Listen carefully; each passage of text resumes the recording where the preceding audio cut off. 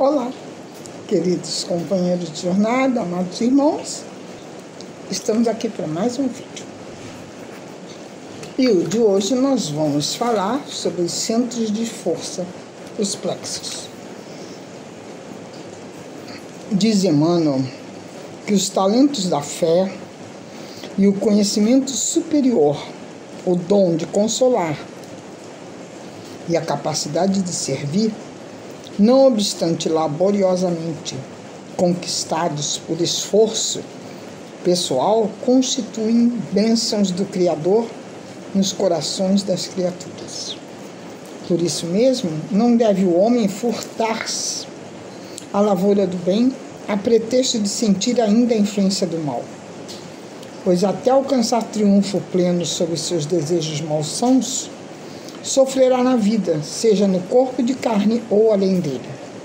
Os flagelos da tentação que emergem dos seus impulsos instintivos, ainda não dominados, como luxúria, vingança, cobiça e crueldade, e etc. O homem precisa ser libertado e redimido. Não de uma queda no sentido teológico, pois sabemos que o espírito não regride, mas do perigo da estagnação, da estabilização no egoísmo em que se acha e se compraz. Jesus, em várias passagens do seu Evangelho, nos mostra a importância dessa conscientização da participação do homem no próprio crescimento, porque não legou as bênçãos do Senhor automaticamente aos aprendizes? Por que não transmitiu pura e simplesmente o seu poder divino aos sucessores? Ele, que distribuíra dádivas de saúde, bênçãos de paz, recomendava aos discípulos que recebessem os divinos dons espirituais sem impor-lhes a obrigação. Ensina Emmanuel quando diz que o mestre não violentaria o santuário de cada filho de Deus, nem mesmo por amor. Cada espírito guarda o próprio tesouro e abrirá suas portas sagradas à comunhão com o Eterno Pai. O Criador oferece a semente, o sol e a chuva, o clima e o campo, a defesa e o adubo, o cuidado dos lavradores e a bênção das estações, mas a semente terá que germinar por si mesma, elevando-se para a luz solar. E vamos assim, falando sobre o nosso assunto, centros de força, os plexos. O fato do corpo físico constituir o reflexo do corpo espiritual vem, por sua vez, retratar em si o corpo mental, que lhe preside a formação. O corpo mental, como explica André Luiz no livro Evolução em Dois Mundos, é o envoltório sutil da mente, que não pode ser mais bem definido por até falta de terminologia adequada no dicionário terrestre. Do ponto de vista de sua constituição e função, o perispírito é o veículo por excelência para o trabalho na esfera espiritual após a morte, com a sua estrutura eletromagnética, algo modificada no que tange aos fenômenos genésicos e nutritivos, de acordo, porém, com as aquisições da mente que o maneja. É nesse santuário vivo, de formação sutil, urdida em recursos dinâmicos, extremamente porosa e plástica, em cuja tessitura e células, noutra faixa vibratória, a face do sistema de permuta, visceralmente renovado, se distribui mais ou menos a feição das partículas caloides com a respectiva carga elétrica, comportando-se no espaço segundo a sua condição específica e apresentando estados morfológicos conforme o campo mental a que se ajustem. Está lá no livro Evolução em Dois Mundos, no capítulo 2, que a criatura continua sua jornada evolutiva nos domínios da experiência. Nesse santuário, o espírito possui todo o equipamento de recursos automáticos que governam bilhões de entidades microscópicas a serviço da inteligência, nos círculos de ação, como recursos adquiridos vagarosamente pelo ser em milênios e milênios de esforço e recapitulação nos diferentes setores da evolução da alma. O perispírito rege a atividade funcional dos órgãos relacionados pela fisiologia terrena, através dos centros de força, que são fulcros energéticos, que, sob a direção automática da alma, imprimem nas células a especialização. Está lá na parte da assistência espiritual, no capítulo 3 de Moacir Petrônio. Plexo, derivado do latim, é plexus, quer dizer enlaçamento. Entrelaçamento de muitas ramificações de nervos ou filetes musculares e vasculares. No livro Entre a Terra e o Céu, no capítulo 20, diz André Luiz que o psicossoma está intimamente regido por 7 centros de força que se conjugam nas ramificações dos plexos e vibrando em sintonia uns com os outros, ao influxo do poder diretriz da mente. Estabelecem, assim, um veículo de células elétricas como um campo eletromagnético no qual o pensamento vibra em circuito fechado. O crescimento do influxo mental está na medida da experiência adquirida e arquivada pelo próprio espírito. Pensamentos viciados implicam em desarmonias nos centros de força e, consequentemente, no corpo físico. Ainda no livro Entre a Terra e o Céu, no capítulo 20, André Luiz sugere que se faça a análise da fisiologia do perispírito, classificando os seus centros de força e aproveitando a lembrança das regiões mais importantes do corpo terrestre.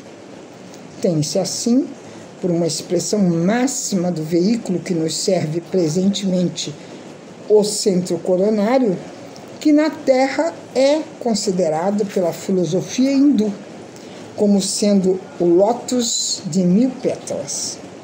É o mais significativo pelo seu ato potencial de radiações, pois é nele que assenta a ligação com a mente, a sede da consciência. Está localizado na região no alto da cabeça. Esse centro recebe, em primeiro lugar, os estímulos do espírito comandando os demais, vibrando, todavia, com eles num justo regime de interdependência. Dele emanam as energias de sustentação do sistema nervoso e suas subdivisões, sendo responsável pela alimentação das células do pensamento e o provedor de todos os recursos eletromagnéticos indispensáveis à estabilidade orgânica. Centro que assimila os estímulos do plano superior e orienta a forma, o movimento, a estabilidade, o metabolismo orgânico e a vida consciencial da alma encarnada ou desencarnada. Supervisiona ainda por outros centros vitais que lhe obedecem a um impulso procedente do espírito. No livro também Evolução em Dois Mundos, no capítulo 2, André Luiz complementa o ponto de interação entre as forças determinantes do espírito e as forças fisiopsicossomáticas organizadas. Desse ponto parte a corrente de energia vitalizante, formada de estímulos espirituais, com ação difusível sobre a matéria mental que o envolve, transmitindo assim aos demais centros da alma os reflexos vivos de nossos sentimentos, ideias e ações, tanto quanto esses mesmos centros, interdependentes entre si, imprimem semelhantes reflexos nos órgãos e demais implementos da nossa constituição particular, plasmando em nós próprios os efeitos agradáveis ou não da nossa influência e conduta. A mente elabora as criações que lhe influem da vontade, apropriando-se dos elementos que o circundam. E o centro coronário incumbe-se automaticamente de fixar a natureza da responsabilidade que lhe diga respeito, marcando assim no próprio ser as consequências felizes ou não da sua movimentação consciencial. Vamos então dizer, o centro de força central, cerebral, contíguo ao coronário, localizado na região frontal, entre as sobrancelhas, ordena percepções que na vestimenta carnal constituem a visão, a audição, o tato e a vasta rede de processos da inteligência que dizem respeito à palavra, à cultura, à arte e ao saber. O centro de força laríngeo, localizado na região da garganta, preside os fenômenos vocais, inclusive as atividades do timo, da tiroide e das paratiroides. O centro de força cardíaco, localizado na região do coração, regula as emoções e os sentimentos, sustenta a circulação sanguínea. O centro de força esplênico, que no corpo denso está sediado no braço, abaixo regula a distribuição e a circulação adequada aos recursos vitais em todos os caminhos do corpo. Aqui, ó. É assim. Aqui, tá? O centro de força gástrico, localizado na região do estômago, é responsável pela penetração de alimentos e fluidos na organização física. O centro de força genésico, localizado na região do baixo ventre, é que se localiza o santuário do sexo, como templo modelador das formas e estímulos. O centro de força coronário é o órgão de ligação com o mundo espiritual. Serve ao espírito para influir sobre os demais centros de força. Podemos ver isso melhor no livro Passes e Radiações, de Edgar Armand. Quando a mente, por atos contrários à lei divina, prejudica a harmonia de qualquer um desses fulcros de força da alma, naturalmente se escraviza aos efeitos da ação desequilibrante, obrigando-se ao trabalho de reajuste. O homem indulgente jamais se preocupa com os maus atos alheios, a menos que seja para prestar um serviço, mas ainda assim com o cuidado de os atenuar tanto quanto possível. Não faz observações chocantes, nem traz censuras nos lábios, mas apenas conselhos, quase sempre velados. Quando criticamos, que dedução se deve tirar das nossas palavras?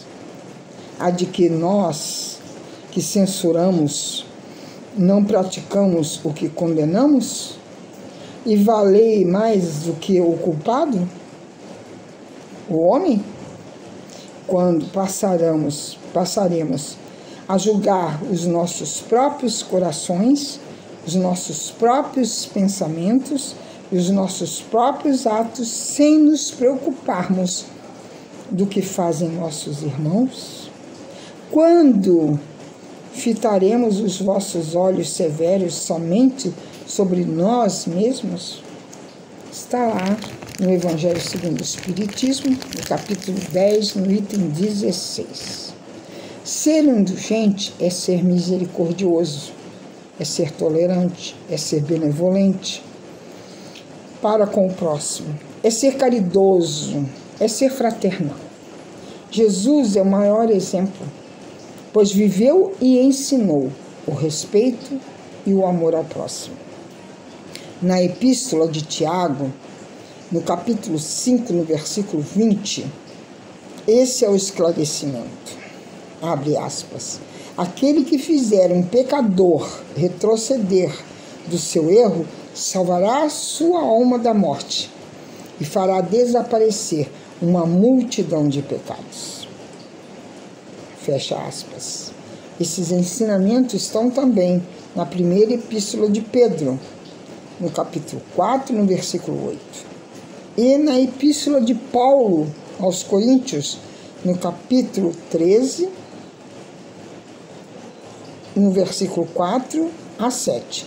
E também está no livro dos Provérbios, no capítulo 10, no versículo 12.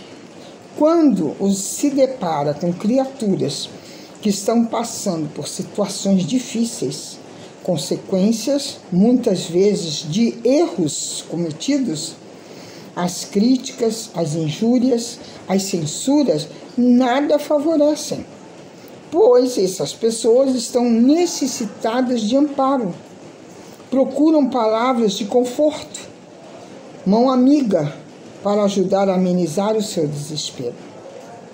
Nas horas difíceis, a compreensão, o carinho, a afabilidade funcionam como um bálsamo.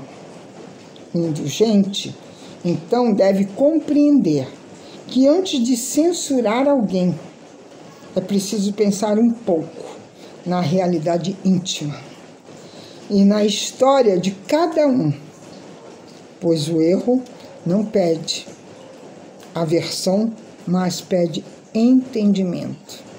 Quem não ama não conhece a Deus, porque Deus é caridade.